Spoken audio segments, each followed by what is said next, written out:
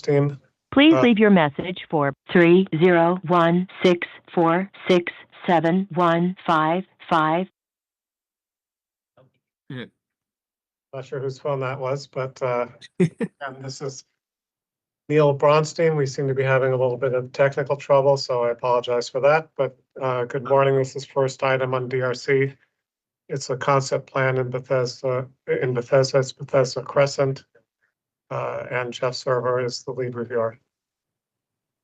Thanks, Neil. Hi, good morning, everyone. Good morning. Before you today is Bethesda Crescent. As Neil mentioned, it's a concept plan. It's located at the corner of Wisconsin Avenue and East-West Highway. The proposal is for a two-phase project that would include up to 420 units and around 17.6% MPDUs. The biggest issues really with the concept plan at this time are questions that I had regarding the public benefit points, how those were being calculated and accounted for, and then there are a number of design considerations to discuss.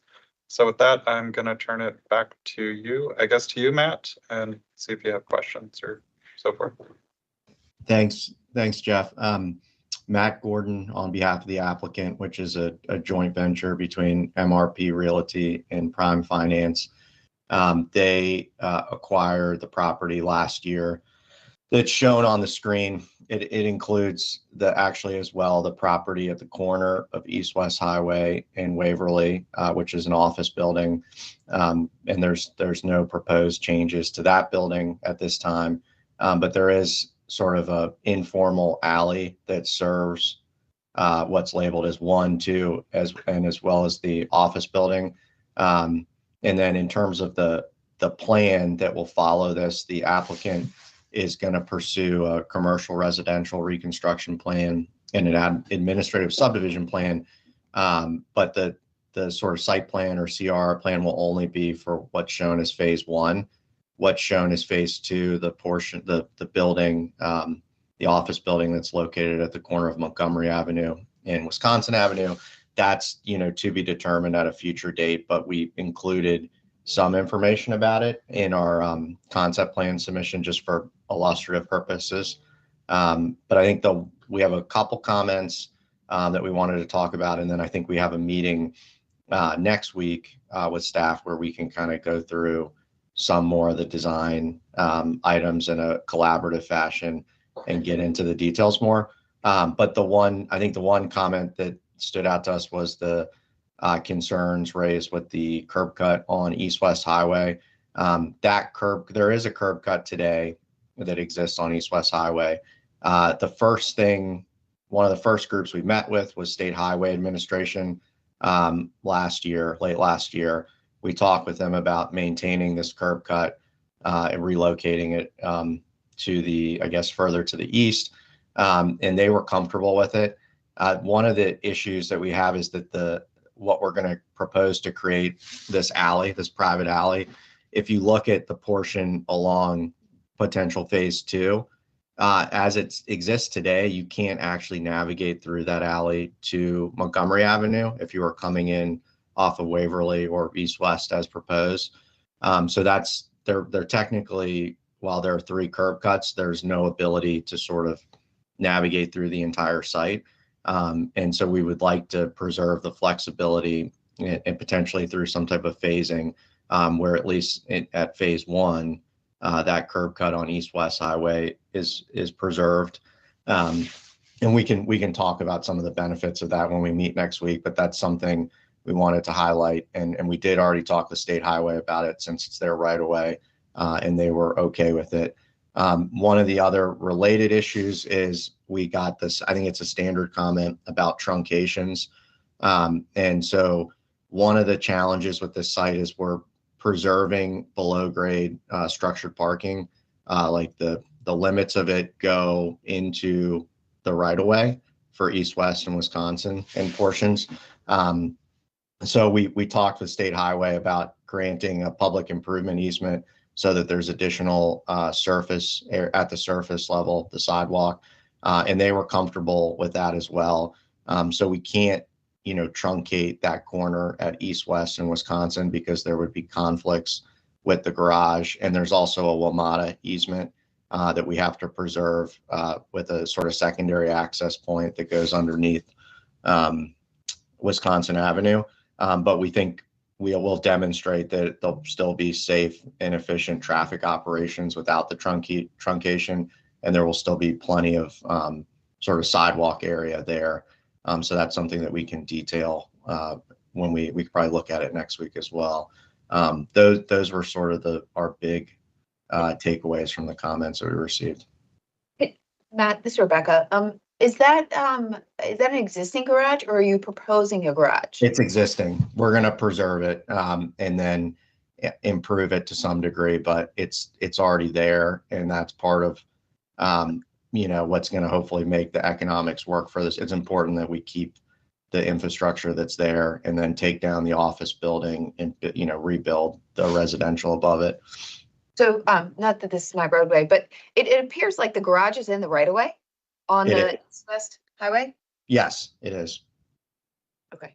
So there's probably 2 or 3 other precedents that I can think of on state right-of-ways where this has happened. There was a project in Silver Spring, adaptive reuse of an office building, same issue. There's the Clark building right across the street had the same issue when they came in to make some changes. So what we've done in the past, or the former Clark building, rather 7500 Old Georgetown Road, what we've done in the past is just grant an easement so that they're still at grade the sidewalk that's needed. And that's something that State Highway has approved in the past. So that's what we're proposing here. And that's just one of the sort of challenges, that constraints that we have to deal with on the site. Matt, can I get some clarification on this is Richard, by the way, the existing curb cut on East-West Highway, is that, I see a curb cut on Street View, but I don't see that it actually allows vehicular movements right now. Is that in use? That's correct. Yeah, it's not in use. It's there, but it's not in use. So we're happy to walk you through it. I guess, Richard, if you're in the meeting next week, we'll prepare some plans that we can show you to show you kind of the phasing and how we think it would function. And then also the other thing that what will be our landscape architect has plans that they've been working on so that you'll get the full picture. Do you need that connection on East-West Highway? What does that do? It would be a left in, left out. And I think so behind sort of what I described as the office building where the project's architect is located, SK&I, that's where they have their loading in their garage and garage access. And so we would like to have options so that we think that the overall alley will function more efficiently. The biggest thing that with the alley that we're trying to accomplish, which I'm not aware of other projects being able to do this, even though we get asked to do it often, is to internalize the loading and service. So it's really allowing us to make sure that there aren't going to be any loading movements that kind of are right off of the public right away. So that's sort of the biggest goal that we're trying to achieve here.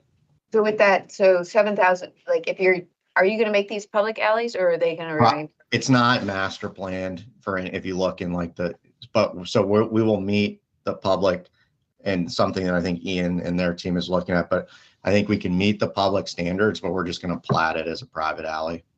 Okay. And so the existing building you're saying has loading off of that. So the East-West Highway alley you're saying there's going to be loading off that?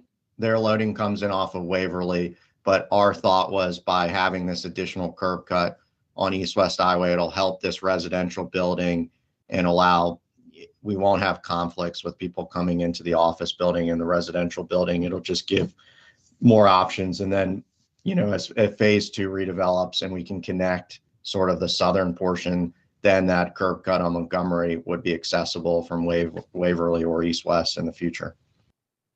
Matt, did I hear you right that it'd be a left in, left out? Yeah, because there's an existing median. Yeah, you can't go. And it's only one way. Exactly. So you can only go to Wisconsin and then go southbound. Got it. Okay. But we in talking with some of the urban design comments we received, the landscape architect's going to look at how to treat that area so that at least at the street where it meets east-west, it can be more pedestrian oriented. And then when you get into the site, it obviously is a loading and service, function is the key. Matt, can I revisit that issue? The garage on the right of way, you mentioned that you talked to State Highway and they accepted that instead of a right of way would be some sort of PIE. I just wanted to make sure that PIE is between the applicant and the state. Correct. So it would be perpetual improvements, but not the public improvements. It's a different version of the county document. Yeah, it's similar to the county. I mean, Sam, the one that we did on Woodmont Avenue for across, where the Marriott headquarters. It's a similar concept. It meets the building code requirements. So it's something that DPS has allowed for permits to be processed before, and we've done it a couple times with State Highway. I just want to make sure it's between the applicant and the state, not the county. Correct. It's their right of way. It's the state's right of way. And then I'll let, I guess, if others on our team, one other comment that we were trying to reconcile is on, I think we got the environmental comments on East-West Highway is designated as a canopy corridor. So our goal is to, provide as much canopy as possible in the form of street trees, other landscape improvements there. But we did sort of receive some conflicting comments from one member on the design advisory panel suggesting that they didn't think that was necessary because this is urban. But our goal is to adhere to the sector plan and the design guidelines and truly, add as much green as possible on East-West Highway. So we're hopeful that staff will be supportive of that design intent. Hi, this is Molly. I'm the environmental reviewer for this project. Thank you for mentioning that. And we're glad to hear that you plan on adding as much green as possible. And, when you resubmit, we will review what you have proposed.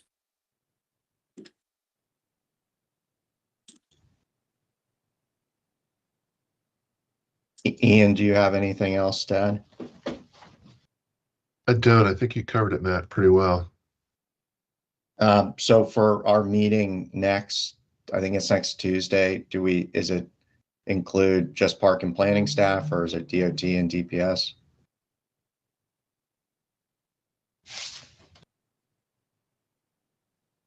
I think it's kind of what your preference is. If it's a work session, then yes, we can include DOT and other agencies, but just let me know who. Okay. I think we probably like to talk about that curb cut, the private alley in general, and then the landscape architect's plans for the frontages. Those elements would probably be the primary focus of that meeting. And then Jeff, will you be our lead reviewer when we come in for the CRR plan? I believe that to be the case. I'm not 100% on that, but I believe that maybe. Okay. Stephanie gave us some information on timing, so we will coordinate and make sure that the administrative subdivision plan goes in before the CRR plan so that there's additional time. Matt, Yeah. Matt, this is Elza. I'm not sure if something is on the line. We're pretty thinly staffed at the moment, so we're moving everything as fast as we can, but we can't commit to who's going to be reviewing it from West County at this point, but you'll have the best available. Okay. I was just to make sure to keep whoever in the loop, but we'll keep everybody updated as we get closer to, it'll probably be in the second quarter at some time when we're ready to submit the administrative subdivision plan, but we'll stagger it. So we'll submit that 30 days ahead of the CRR plan. And we have to go back to the DAP before we submit the CRR plan. So we'll just want to coordinate that closely with staff to make sure that you all have enough time to do your reviews and that it can move through the process as intended.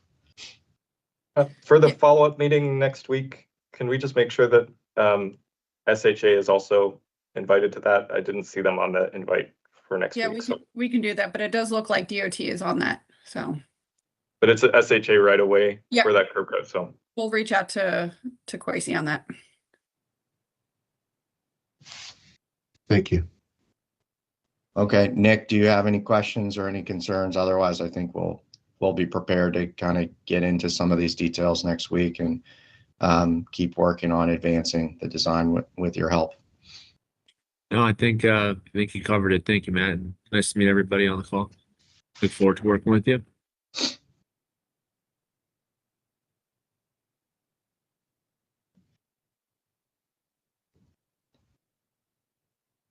Good. Are there any other questions from anyone else on the call?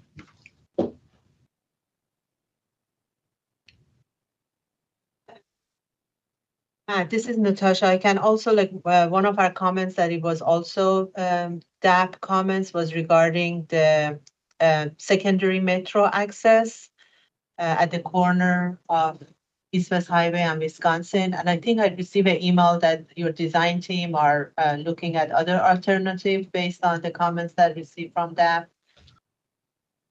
So that's something that that was like one of our main design comments. So if that's something that can be looked at the meeting that you guys are setting up for next week, that would be great. Yeah, we can show you that. I think they showed it to Atul and Paul. But we can spend a few minutes on that to make sure. I think that is important because it interacts with the streetscape improvements and design at that corner. Great, perfect. Thank you. And Matt, another question that we also had to do with the public benefit points. And same as Jeff, since the new incentive density public benefit policy is not adopted yet, how are you planning to move forward? I think for this one, I guess we may have the option to use the new, because by the time we file, I suspect that the ZTA will be adopted for the overlay zones. So we will probably look at it both ways. But we can be prepared to give you a quick overview of how we would get to the 100 points from the categories that we need to next week with the increased MPDUs and some of the other things that I know we're doing. I don't think it'll be a problem under either scenario, but we've mostly been focused on the design at this point, but we can talk about that next week as well. Okay, sounds good.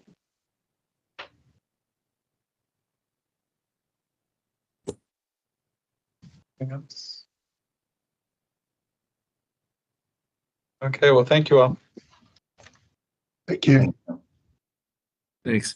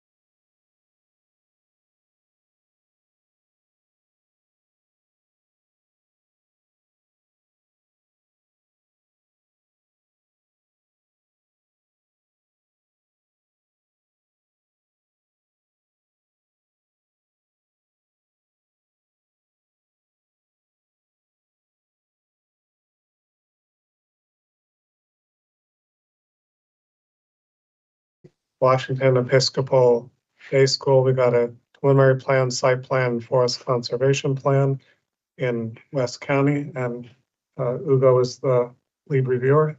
So whenever you're ready. Good morning, everybody. Hugo and Jazza with the West County regulatory team. I'm the lead reviewer on this project, and I want to start off going through some of the bigger comments. First is some of the amendments may run counter to the previous LMA or zoning text amendment. In the SOJ, we really want, the applicant team to describe how they're going to deal with that or potentially go to council to make those changes. DOT comments on the cul-de-sac that is being proposed for a later phase, just to start addressing that now. The archaeological study that will have to be undergone for the burial site that is in the parking lot. We don't know exactly where it is, but the study will illuminate that. And then some of the potential encroachment on parkland. I'll turn this over to the applicant. Hi, everyone. It's Pat Harris with Larch Early. Ugo, I didn't hear the last thing that you said. Can you please repeat that last point? Some of the potential encroachment at the other side for the parks. Oh, okay. Thank you. Good morning, everyone. With me is Pat LeVay. So I wanted to first start by describing what's involved in this application, because I know it's a little confusing and some of you don't have the benefit of that. And maybe we could have done a better job in the SOJ explaining it. So we had, back in 2016, there was approved preliminary plan for 121 residential building on the acre site, and also preliminary plan approval for the potential school expansion of up to 600 students, and I think it was 120 or so, or 110 faculty. There was also a site plan for the residential component. And the way the preliminary plan was structured, it was always assumed that the resi portion was going to go first. But due to a number of circumstances outside our control, and that's a different property owner, they are not going forward right now. And so because the school now wants to do a very minor addition of 1,600 square feet, they need to come in and reshuffle, if you will, some of the preliminary plan conditions, because they will be going first and it won't be the resi portion going first. And then because we are continuing under the PD zone, at least for the moment, we'll need site plan approval as well. So right now, like there were a number of comments related to the residential, but the residential is not going forward now. So I don't think in connection with this preliminary plan, which again is really just dealing with shuffling the conditions, that there's a need to get into anything that's related to the residential portion. In terms of the cemetery, and this may require additional discussion, but back in 1977, and I can share my screen if you want, but the school had a certification. Here, I'm going to show this. Hold on. It's hard to read, but it says recertified and cemetery removed. So, I mean, they were, when Marriott sold the property to the school, they were aware of the cemetery situation. The cemetery was removed. That was certified. And so I don't know that anything more is needed. And so I think maybe what we need to do on that front is, I guess, set up a, you guys can see my screen, could you? I can see it now. Okay. Oop. Yep. And then I just took it off. I'll put it back on. Sorry. Okay, now you see it. Okay, yes. And so, I mean, we can bring, when we sit down and really discuss this, if we need to, we can bring in the full plans, but if you look right here, the cemetery removed. So I feel like that question was asked and answered 25 years ago or more, 35 years ago at this point. But if we need to set up a meeting with, I guess it's a historic group to further discuss it, we can, if that's deemed necessary. Or if we can send over the relevant plans and maybe that solves that issue. I think both and. Both and send the plan, well, May I? Hi, this is Brian Crane with the Historic Preservation Division. mhm. So I can address this. Archaeologically, we know that removals almost never get all of everybody. There's no, unless there's really thorough documentation about how the graves were removed, and I doubt that there is, and frankly, even if there was, archaeological investigations to verify that there are no graves left would still be necessary per our guidelines. So that's useful information, but it's not sufficient to address the issue. So our comments stand. Thank you for that additional information, but our comments stand. Thank you, Brian. Okay, and I'll be honest with you, this is my first time dealing with a site that had or a cemetery on it. So I think, Brian, if I can give you a buzz, and just to find out, get a little bit more information on what's going to be needed there, that would be helpful. Of course. Do you have, unfortunately, we were always assuming that this issue was a non-issue. Do you have a sense of how long that analysis takes? Because one of the things the school was trying to do is, schools have to time their construction around the school year. And so we were carefully trying to time it. And I realize that this may create a timing issue. It's a relatively small area. So the archaeological field work that would likely be required doesn't take a lot of time. It might be something along the lines of conducting a ground penetrating radar survey across the area where historically we believe the cemetery was located, and followed by some shallow excavations to verify whether grave shafts are present or not. That's the area that we're talking about, the ground penetrating radar. I don't know, a day or two, and it's a matter of days and weeks, not months. If that helps you. And if the school has documentation that there was ground penetrating radar that had been previously conducted, and they have evidence of that? Certainly that's helpful. I doubt it. But if archaeological investigations were done, that's great. That could be helpful. Based on the date, you said 25 years ago. I doubt archaeological investigations were done, and in any case, we have no record of it. So, but happy to talk this through with you. But it's not a massive investigation. We're talking, we believe it was a small cemetery. It's a relatively confined area. It's not it's not something that's going to take months. Okay, that's reassuring. I may follow up with you separately anyway, so I'm very clear on what we need to do. And just to make sure you keep Parks in the loop on that, since we have reason to believe that it's possible that the cemetery is on or was on whatever our land as well as the school's land. Okay. Thank you. We have our own permit process. Thanks. Okay.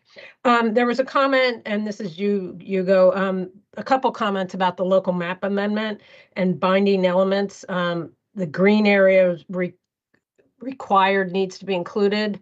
I know that one of the binding elements had to do with the amount of green area. Are you just suggesting that needs to be on a plan somewhere? Yes. Okay.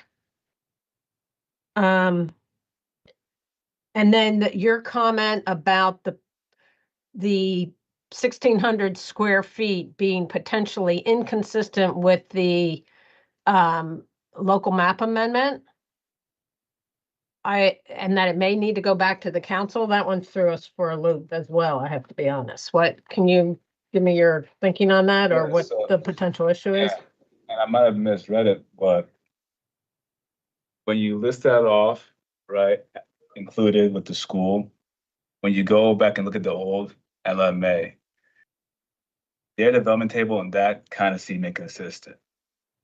So when I read it, I said, this might contradict that, right? When they had the bill, when they showed out what the school's approved for. So the school, first of all, the plan showed generally where the potential addition would be, but the addition was, well, actually, it was approved for up to 175,000 of non-residential development. But if you took the footprint of the area and the number of stories, it's obviously a whole lot less than that. And all we're proposing is 1,600 square feet. So I'm not so, which to me seems to, we're not contrary to any of the binding elements. So I'm not. That 1,600 square feet too, by the way, is in the, if you look at the originally approved preliminary plan, it's in the footprint of the overall addition, just for what that's worth. So it's sort of included in the box. Right. That might be a mistake on my part. All right. Okay. Then there was, and I'm going to let Pat elaborate on this one, but given that the project is applying under the PD zone, there was a comment about special provisions regarding the minimal retention of reforestation and afforestation. Yeah, that one, I think that presumably was addressed with the original forest conservation plan. The only thing is that I think since then that original plan did have some individual trees credited. So I don't know if that was a way to, they got around it back then. I think we're avoiding those things now. So I guess we want to just know, is that just something we need to beef up in our justification and discussion documents of, why we can't meet that given the current state of the site? Yeah, this is Amy Lindsay with the Environmental Planning and Climate Division. So our reviewer did check with our legal team on this for this interpretation. And so, yeah, you'll need to make a strong case why this provision can't be met from forest conservation law. I would look carefully at the legal findings that the planning board needs to make. And, I would encourage you strongly to try and get as close to that as you possibly can. Pat, do we need a follow-up with Amy separately on this? Perhaps, yeah. Let us put sort of some thoughts on paper, and then Amy, we can reach out to you, for a follow-up on kind of where we are, maybe ahead of Great. resubmitting.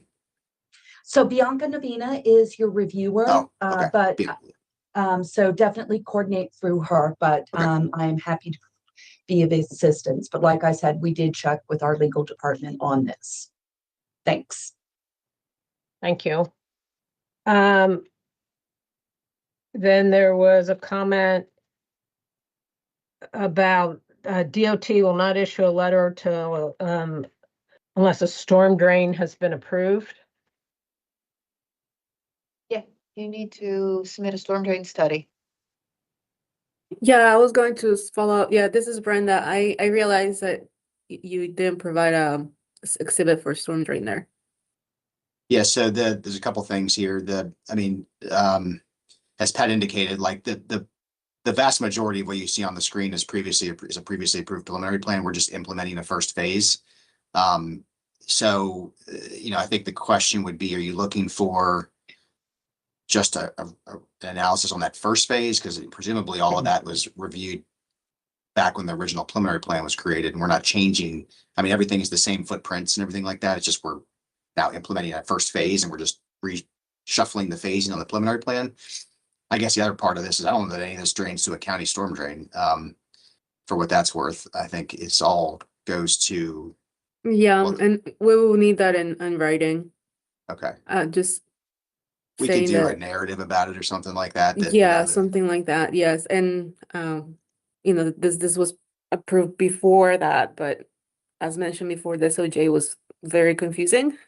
So I think the SOJ and will help figure out what the phases are and what you're doing now. But yeah, for the storm drain, for me, there's some items that you have, for example, on like sandboxes, I believe they are on that on the cul-de-sac, and there's another proposed on the trail, I believe. So that needs to be removed. But we can talk more, Pat, about that.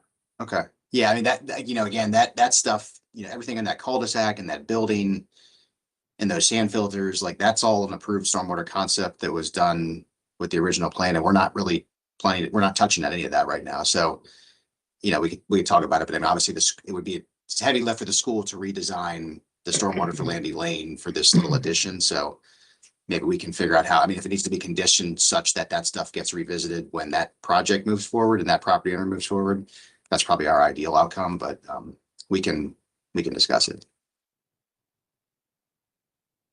Generally speaking, you're supposed to provide storm drain. You're getting a preliminary plan approval, and this is DOT's one time they look at it. So you just need to follow the if you're getting a preliminary plan amendment, then you need to follow the rules per the code. So, right, but the amendment is really only to change the wording and the ordering of the conditions. It's right, not it's changing anything. It's an extension of the approvals as well. That's true. So that's right, why. but I think there. I mean, just this is a little bit unique in that we all know that Landy Lane is really a function, that part of Landy Lane really is a function of that other phase and the other property owner. But then you can remove that part from your preliminary plan amendment. But we can't because again, the preliminary plan approval was for the entire thing, and we need to reshuffle the conditions that applied to the entire project. So we can't excise a portion of it out and yet nonetheless reshuffle the conditions. This is a unique situation, granted. Yeah, do you have, Pat LeVay, do you have any preliminary plan approval that specifically mentioned that storm drain analysis was reviewed and deemed approved and no improvement is necessary? Do you have anything like that? I mean, not from the county, because do you mean for Landy Lane itself? No, for the whole subdivision. Well, I think I don't know, this was approved 10 years ago, and the paperwork wasn't as tight as it is today. I know that half of this goes to a state highway right of way, and probably the other half goes to the parks property. I have not seen a letter like you would see today from DOT or DPS in regards to storm drain. I believe Greg Gleck's letter at the time just referenced state highway because Landy Lane was their concern. So I don't know that answers the question entirely, but I think probably not what you're looking for today. But then again, Landy Lane is going to a state highway, so it would be usually deferred to the state anyways. I mean, if we don't have anything concrete, I guess we're looking for somehow to be assured that there's no impact on the county infrastructure. So, well, I mean, the box we're talking about building is within all of the boxes that were approved 10 years ago. So there shouldn't be any impact. We're not going beyond any of that. We're really just taking a chunk of a building that was approved and asking to build it in an earlier phase. Yeah, I guess my my question is, how can we make certain that 10 years ago when it was reviewed, we concluded that everything was adequate and no improvements are necessary? We don't have anything. As you said, there's nothing specific mentioned in the letter. So how can I mean, there is an approved preliminary plan. There's letters from the state. There's letters from the county. I mean, it's again, not to the same wording and documentation we use today, which changes over time, kind of what everybody issues in terms of agency letters. But, all that stuff had to at least be looked at 10 years ago to approve a preliminary plan. Yeah, and because those components aren't changing, if things had moved, if construction had moved forward, you would have been relying upon the approved preliminary plan. And nothing's changing in regard to that. I think, given our limited amount of time, I think Rebecca and Sam maybe will let us dig a little further as to what we do have, and then we'll follow up with you individually. Yeah, that's a good idea. Yeah, sounds good. Thank you. There was a comment about, and this was my error. Originally, we weren't reconfiguring anything in the parking lot, so there really was no impact on the parking spaces. We will update the SOJ to reflect the minor revisions and changes with respect to the parking. This is again, Ugo, it's something for you. It said, address how the applicant is meeting the environmental requirements of the PD zone and local map amendment. Are you just looking for that we're complying with the binding elements as they relate, oh, all of them, but as they relate to the environmental features? Yes. Okay.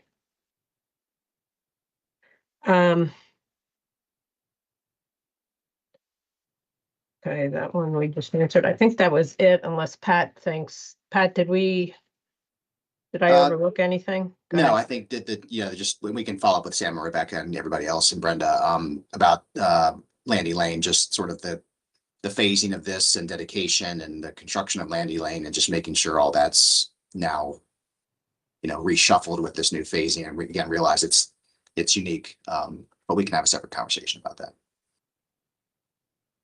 Hey, Pat, when you have that conversation, just make sure you're including planning on that, so we Okay. can Yep. be aware of Yes. that. Okay. And the SOJ said this, but the 1,600 square foot addition is to allow for a cafeteria, which they don't currently have. So, I mean, again, it's a minor addition, but, okay, so I'll follow up with Brian on the cemetery issue. We'll follow up with Amy and her colleague on the forest retention issue, and then with Sam, Rebecca, and Brenda as it relates to the storm drain. Pat, can you also include me? Hi, I'm Carlos Pazmino from Transportation for planning. Certainly.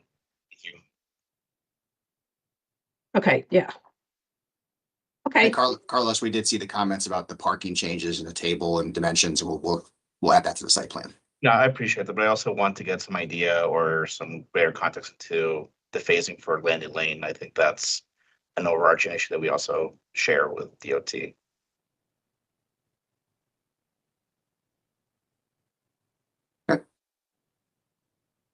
Yeah, I mean, just real short, right now, when the 1,600 square foot addition is done, the school will continue in terms of circulation as it currently is for the most part as it relates to Landy Lane. The Landy Lane improvements were being done to accommodate the resi, and so it's anticipated that those would be made in connection with the residential development moving forward. Yeah, understood. Okay. Well, thank you, everyone. Thank you. We'll be in touch. Okay. Okay. Bye.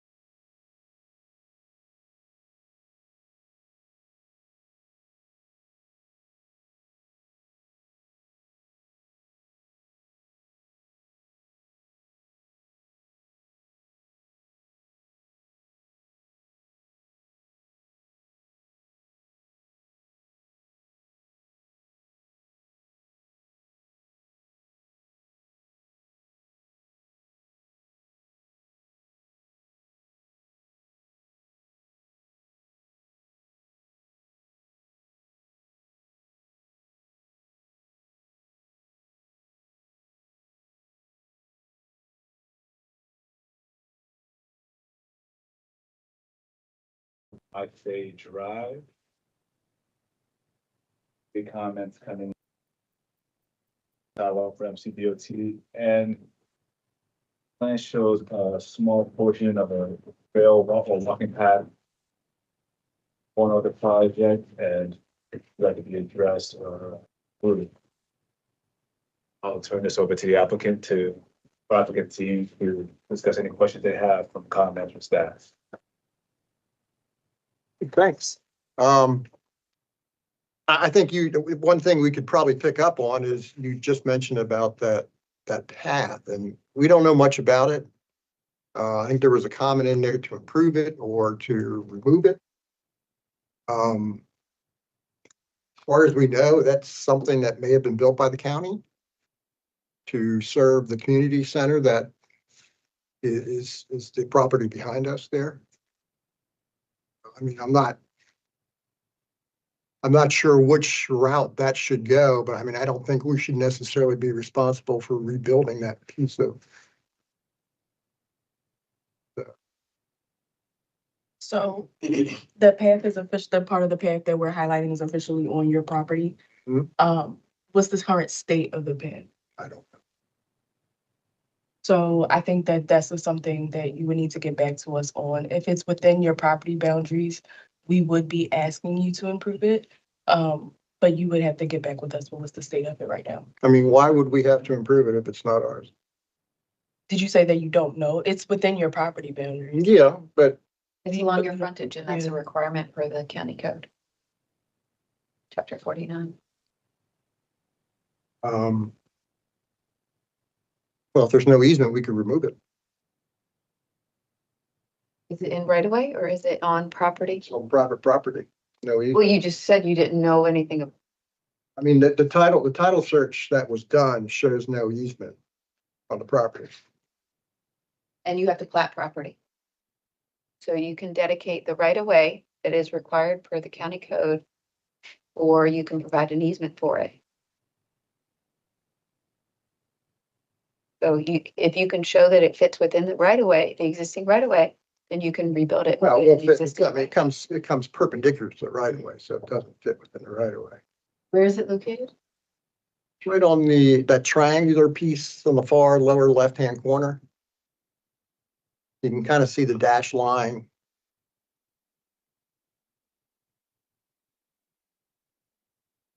It comes just across that lower corner. I can't see it. Yeah. Yeah, boy, it's right up. Right up in here. Connects here, kind of comes across just this little piece and then it comes back. So you don't want to fix that area that's about how wide's the path? I mean, I think we don't know much about the path is the issue. I mean, it's, I don't know, 5-6 feet, then kind of widens out. It does some things, it kind of widens out a little bit as it comes to the road. And there were additional comments in the application that discussed the right of way. So presently you demonstrate, can you zoom out a little bit? I mean, we are proposing to dedicate some right of way along the road. That should fit a 15-foot swell and a 6-foot sidewalk. That would fit. It wouldn't be the 15-foot swale. We're modifying it to do a 6-foot shoulder and then 4, 5, 6, 9 or 10 feet swale. Was that request approved? Fine. Did you request that? Yeah. Okay. I mean, that was part that went through Did you concept. put that in writing? We haven't put it in writing now. Okay, so you need to provide any kind of what's the word I'm looking for, any kind of change to the code. You need to provide a written justification of what you're doing and why you're doing it. It was something we had discussed because this went through concept plan that we had discussed. Right, but now we're at preliminary or admin plan, and that's where we approve things. And so we need to see those things in writing and detailed out. Okay. There is a detail on the plan itself. But you need to provide stormwater, storm drain comps that show that reduced swale works with the, which we did. That was submitted as part of this plan.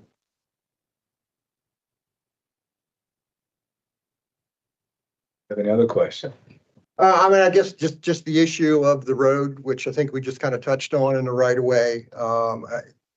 We were looking at, kind of a modified section, which would fit a swale section in there. The only difference would be instead of an 18-inch deep swale section, or just be a 12-inch deep. But our computations do show that, I mean, this property sits at the top of the hill, so there's not a lot of flow getting immediately into the. how does that swale connect with each side of the property? With the other side, with each side of your property? I mean, there's existing swales through there. Okay. Swale Road.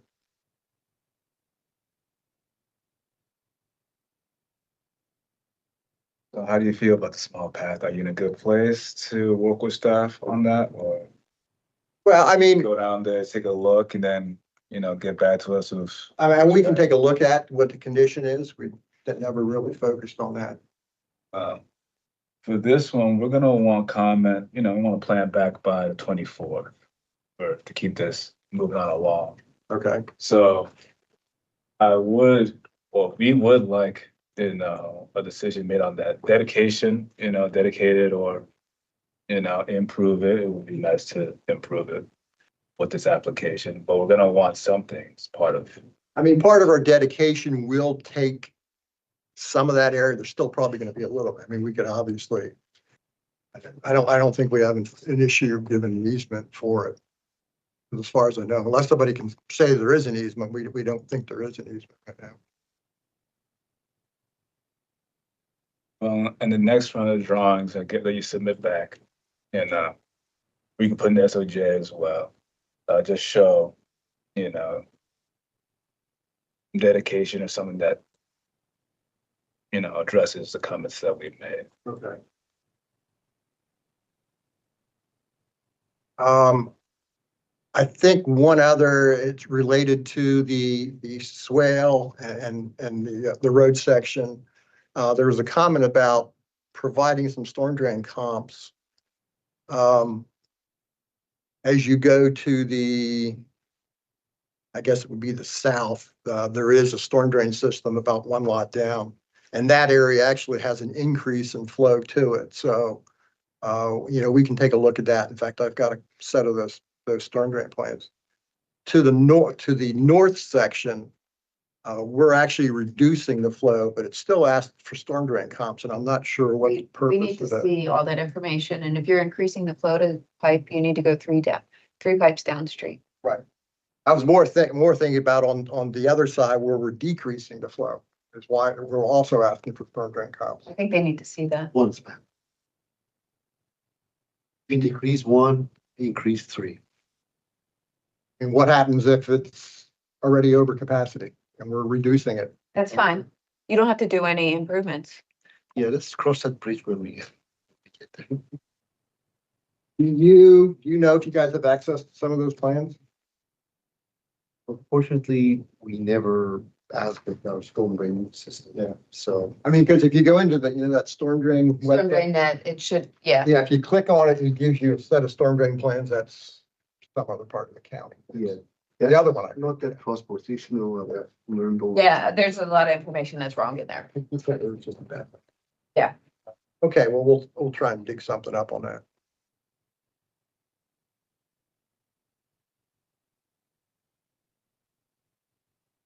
The only other, I guess, would just be, there was a comment regarding on the tree save plan, about trying to reduce the LOD.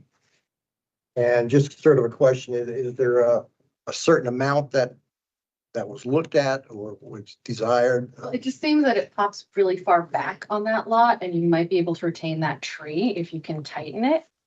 It's a suggestion, just something to look at. I mean, the only reason we tend to try and expand the LOD within reason as much as we can on these preliminary plans, only because we don't know. These are generic houses, obviously, that are being. So when a builder comes in here, a different house may require some more. I mean, we may be able to get a little bit more reduction in LOD in that back corner. But, Sure, but that is the only tree 30 inches or over that you have or are removing. And we try to go to mitigation as a last resort. which tree were we talking about? Bottom by the LOD. Back along the property line? No, it's right under where it says lot 1, 20,000. Oh, that tree. Ooh. Yeah. Oh. So if there's a potential to save it, we'd like you to explore that. That one, I was thinking it was back by the preliminary or by the property line. That one's going to be a little bit tough, but we'll take a look at it. Thank you.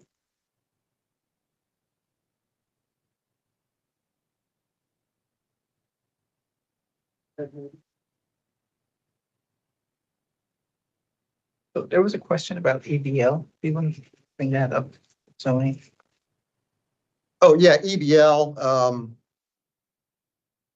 And I think this has come up on some other projects, the R200 section, some of the adjacent lots were on septic at one point in time.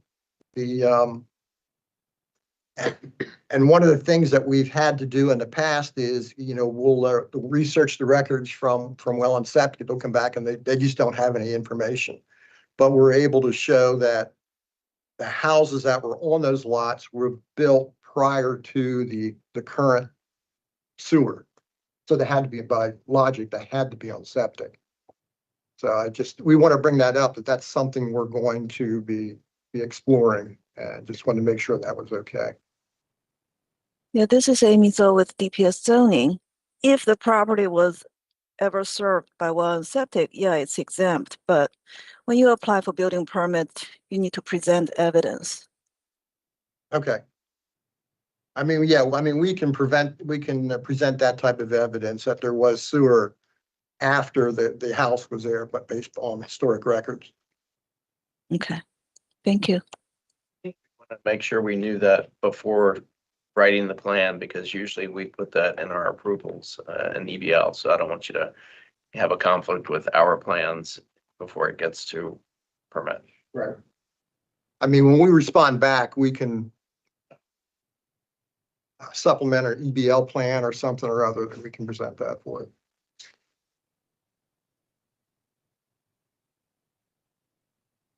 I don't know if there was really any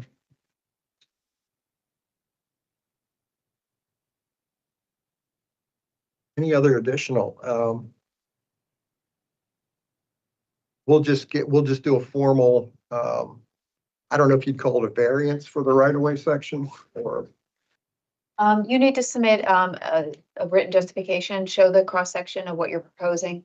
And then we'll take a look at it along with the storm drain comps and make a Okay, determination. just make that part of the whole package. Okay.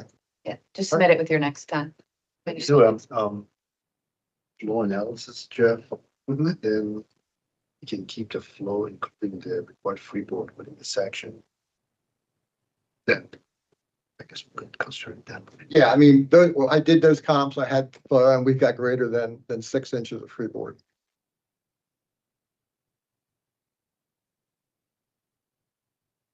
Okay. I don't think anything from our side unless you guys have something else.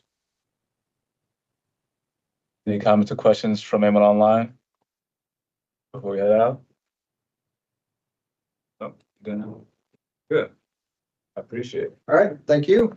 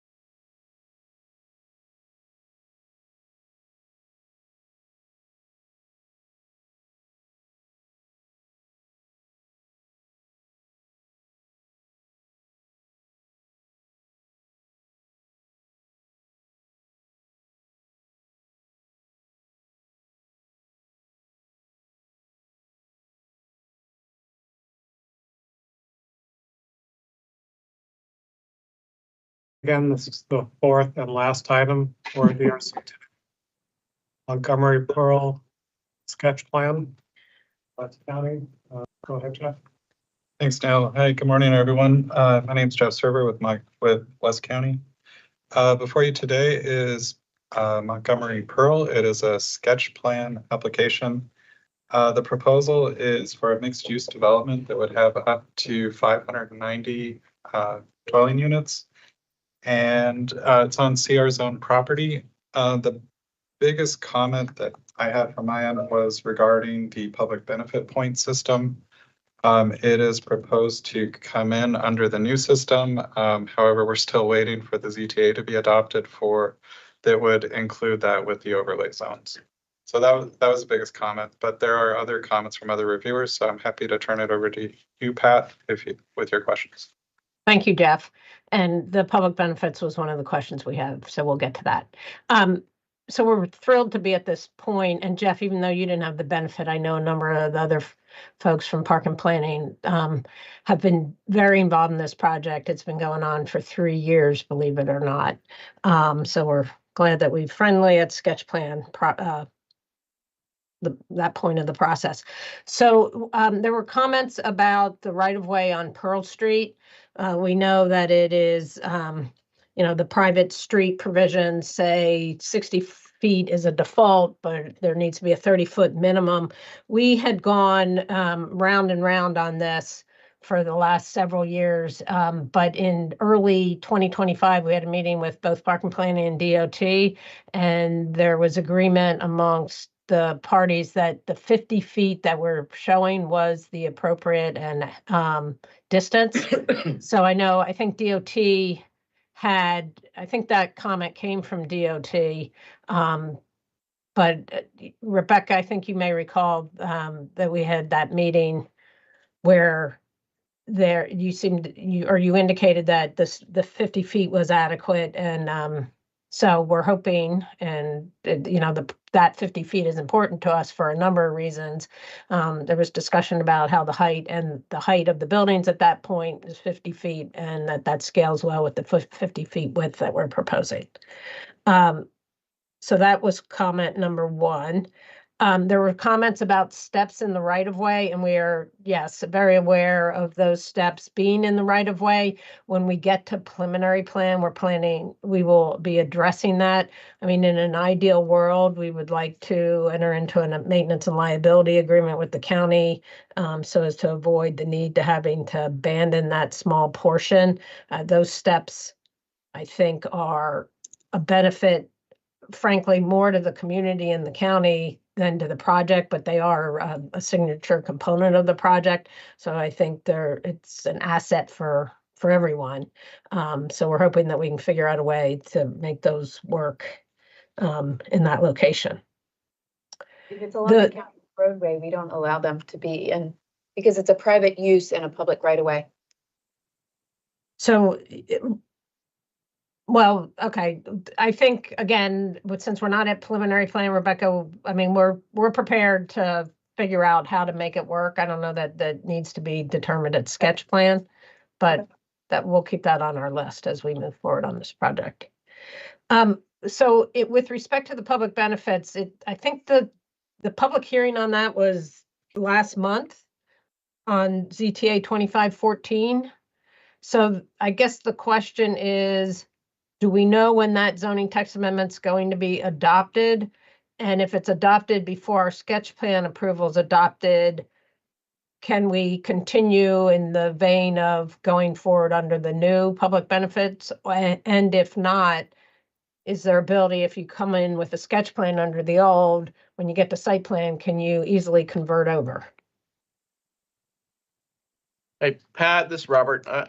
We'll find out the dates. I know there's some kind of drop dead dates for the council with the ZTAs, given their move on the budget right now, because once they really pick up the budget, they're not going to pick up other things like ZTA. So we'll find out and get back to you on that. But I do think it's March timeframe that they were going to be dealing with that. So. Well, and we can talk to legal to see if we can include language in the sketch plan conditions that's sort of set up. That's true. That, allow for the new public benefit system so that you wouldn't have to amend the sketch plan. You could do that at site. So we'll look into that and follow up with you. And I may be getting my, yeah, okay, that would be helpful. Okay. So we'll wait to hear back from you on that, but if they're adopting the ZTA in March or April, I think that would make sense. The canopy, the fact that Montgomery Avenue is a canopy corridor, I think there's, and that this is more of a site plan issue as well, but there's limited room out there for a full double row of trees. We may be able to, add some additional trees sort of sporadically, which is one of the recommendations in the design guidelines, and potentially do other things. But that right away, we're doing a lot in terms of the bike path and providing the parking and 15-foot wide sidewalk. So we'll need to work out those details. On DOT, there was a comment about the Montgomery Avenue section, and it said what the section needed to be, but then it said as an interim condition, provide the sidewalk, street buffer. And I don't know if that, so I was wondering what happened to the bike path and what your thinking is about the bike path. Yeah, Deepak provided the comments. We can talk about it further. I assume that the bike path should be there. But I have to take a look at the section we can. Yeah. Okay. My sense just is that, go ahead, Pat. I was going to, just to clarify, the way we've drawn it is, essentially, you may have seen, Rebecca, the county has a CIP plan to take the bike lanes to the floating bus stop, and they would stop there. And so we've coordinated that design here. We show that, and then we continue it along the frontage. And the assumption is that the bike lane by the county probably would be in place first, and then we would just continue it. Okay. Yeah, I think it may have been just an omission in his email, but Rebecca, if you can confirm that with us and get back, that'd be helpful. Another thing that we spent the last 3 years working out had to do with the egress on Pearl Street for the health club. And again, at that January meeting in early 2025, there was agreement that an egress only would be acceptable. And as we explained, the primary reason for that is for anyone that has driven up East-West Highway at 7:30 in the morning knows how backed up it is because of the school. And without that egress, you're forcing people to go almost a mile around to get back to Wisconsin Avenue. And it's just putting more of a burden on the transportation network than allowing them to go straight up Pearl. So that's a really critical component of this overall project and the operations of the health club. There was go ahead. Hi, this is Sandra. Just wanted to give you a quick update on your questions about the incentive density and public benefit CTA adoption. So I got updates that it's going to PHP on March 3rd. Okay. The overlay zones to be approved. And then after that, sometime in April, it's going to go to council. Okay. Option, and that's what will amend the overlay zones. So I guess the question is, well, if we're approved after that, then I don't think there's any issue. If we're approved before, if we go to the board before that, is there some mechanism by which it could flip over to the new incentive guidelines? We hear that. We'll figure it out. Okay, thanks, Sandra.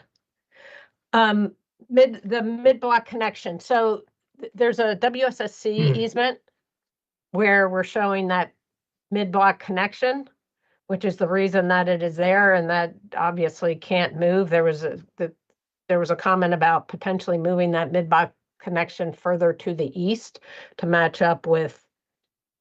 The comment was a little confusing, frankly, because on the one hand, I thought it was saying to match up to what the master plan was saying, but then it said to match up with the existing driveway. So we were a little confused by that comment.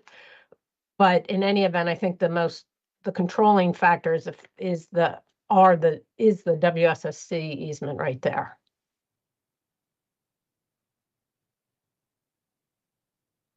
I'm assuming that if I don't hear comments that you guys understand what I'm saying or are accepting of what I'm saying. So let me know otherwise. I think that was maybe a Deepak comment. We can follow up with him too if needed on that, Rebecca. Yeah, Deepak's out for a while still, so I'm not sure Okay. when, but you can follow up with me and we'll try to figure things out. Thanks. Then there was a comment about clarifying or providing separate lanes for loading and vehicular access. It says passenger vehicle travel ways should be separated from the expected truck patterns and storage areas. Again, this is in the mid-block connection. And again, that's a Deepak comment, and we weren't clear on what he was really getting at. I mean, as you can see from the diagram in front of you, the vehicular loading is further to the north, and then beyond that, further to the south are the two loading areas. Maybe he just didn't understand what was going on there, so. Okay. Vicinity to the purple line, there was a little, where there were comments about that. Previously, in one of our prior meetings, we heard SHA or MTA loud and clear that there'll be no construction in that area until the purple line's completed, and that certainly will be the case.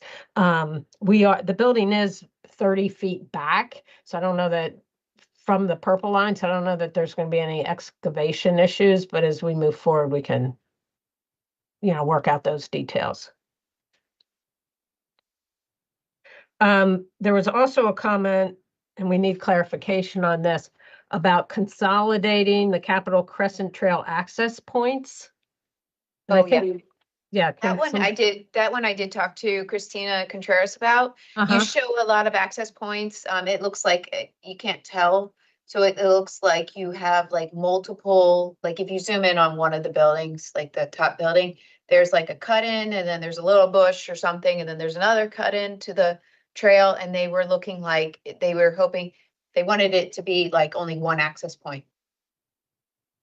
So one of the things that we were doing was in an effort, and that this change was a result of design comments that we got, was trying to widen that area.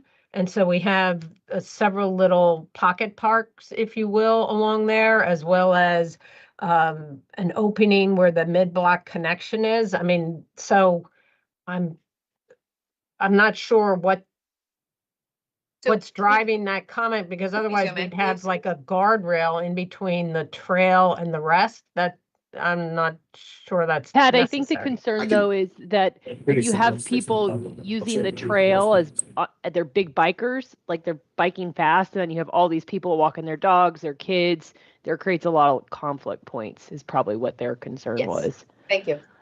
Yeah, so we only want like one access point really for each, or less access points. You can't see it here, but there's just like there's some trees and yeah. I can share the illustrative version that shows. Yeah, and so I think, from a design that now there's a conflict here, design I versus guess just quickly, have operations. we heard anything back from that expediter on what we're doing? I mean, that was kind of. If you go to, I think it's sheet 20, there's a diagram that we produced in the submission. I can. That's good. Well, yeah, you have it, John? Because let me share. I've renamed the files for the let me share my screen. Can you see? Yes. Yeah. So obviously we've kind of talked about the steps and whether or not that's viable, and we're looking at that next time. But considering it is, picking up on the kind of sector plan, we had this kind of stepped access here. We get the ramp access here, so bikes could come. They had a landing point in terms of safety, so they can see other bikes, and then they can come onto the trail.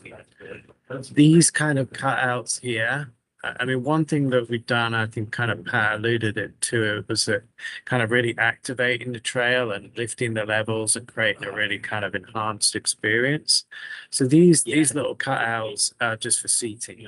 So you could just come along this trail, sit, you know, it's more of a resting point. So these are the kind of little access there, but they're not kind of accesses from a kind of main public space. They're just kind of on the trail. If we think that's too much, you know, potentially remove them. But this one here is this kind of mid-block connection plaza. So there's really only one connection here, coming from the plaza with a ramp coming down. And then the other connection, just to kind of, again, to create that activation for this building, is we have one connection here. So at the moment, we're really showing there's an existing connection. Then with the steps, there's 3 connection points to the Cractal Crescent Trail as stands. And the objective there was to activate the southern facade of the building. So there seems to be a little bit of tension perhaps between that comment and sort of some of the design objectives. Yeah, so we can take a look. It did not appear like, it appeared like you had multiple, like all those little other cutouts were, especially on the east building, where like you have 3 there where you show only 1.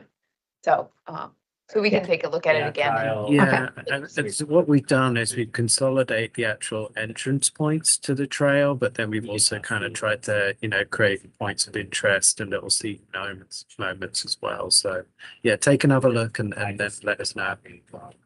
And I think that there are other things we can do in terms of signage or whatever to adjust folks' expectations. I mean, this is like, you know, 355 coming into an urban area. The bikes shouldn't be going super fast. You're gonna have a lot of mixed traffic here. If there are things we could do, you know, in terms of signage to sort of help make people aware of that balance, I think we spent a lot of time sort of getting that opportunity to make it less of a throughway and more of like a local event.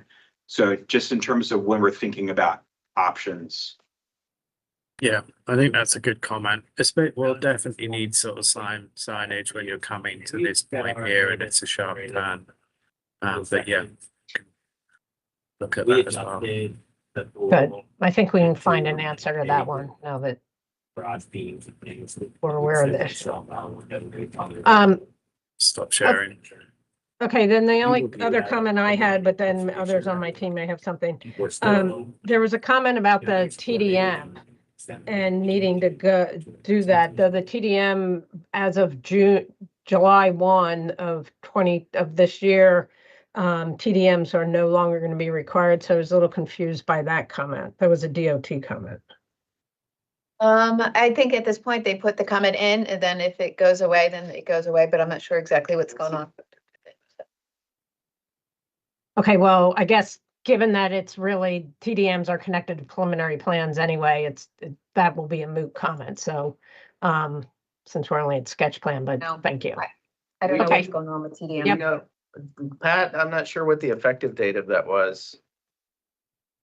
It was July 1, 2026. Of Bill 2425 was July 1, 2026. So it's not effective yet. No, it's not, but we're not even we're at sketch plan, not preliminary. Like if we were a preliminary plan, then I think we'd have a timing issue. Got it. Okay. Thank you. Pat LeVay or the design team, any other questions or comments? Not on my end.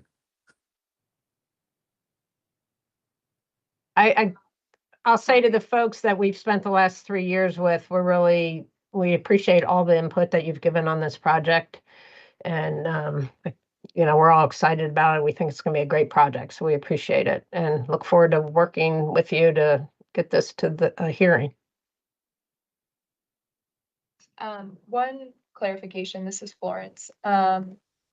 For Pearl Street, are you all proposing that to stay public right of way, or it was sounding like maybe you were saying private, so I just wanted clarification. I'm sorry, and I should have said, I think I did say private, I meant shared street, Florence.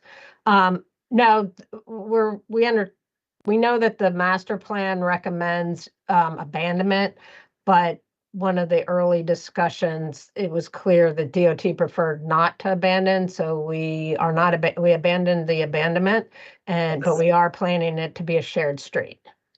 Okay, thank you. So we need to talk about drainage and how that's gonna work, and that's gonna take some time for the shared street. Because I assume it's gonna be curbless or no? That's I think the that was the idea. intent. We'll need to meet with Andrew Bossy, us, and talk about what it's gonna look like and see if we have any standards, because I don't know that we've done any public ones. Yeah, we figured we'll have to get into some design weeds and all that stuff as part of the preliminary and site plan eventually. But certainly we can, have those conversations when appropriate.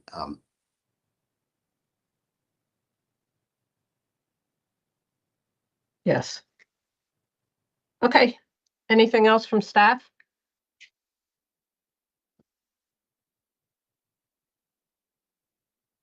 Take that as a no. Okay, thank you, everyone. We will be back in touch. Thanks. Thank you.